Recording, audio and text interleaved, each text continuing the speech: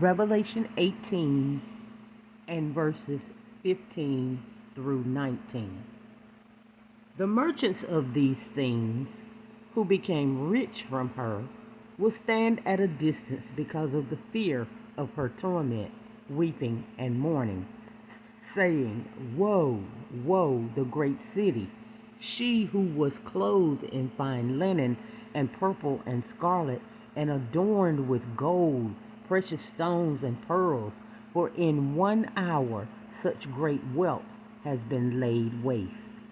And every shipmaster, and every passenger, and sailor, and all who make their living by the sea, stood at a distance, and were crying out as they saw the smoke of her burning, saying, What city is like the great city?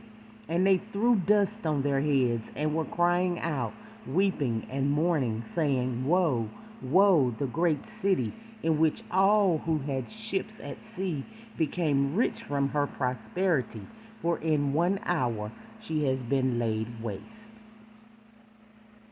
Imagine having what you staked your entire life on and eternally desired in your heart destroyed instantly.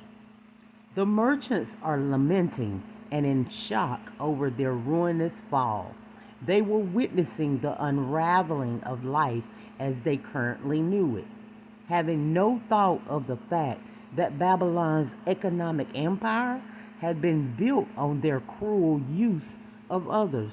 So they had no shame in thinking that God was being unfair in his destruction of their evil system. God would not prolong the inevitable because nothing good was coming out of Babylon.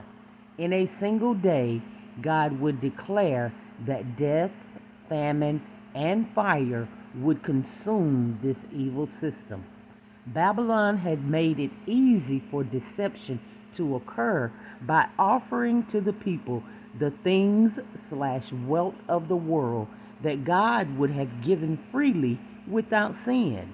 But the love of money became the root of their evilness because they loved it more than they loved the true God.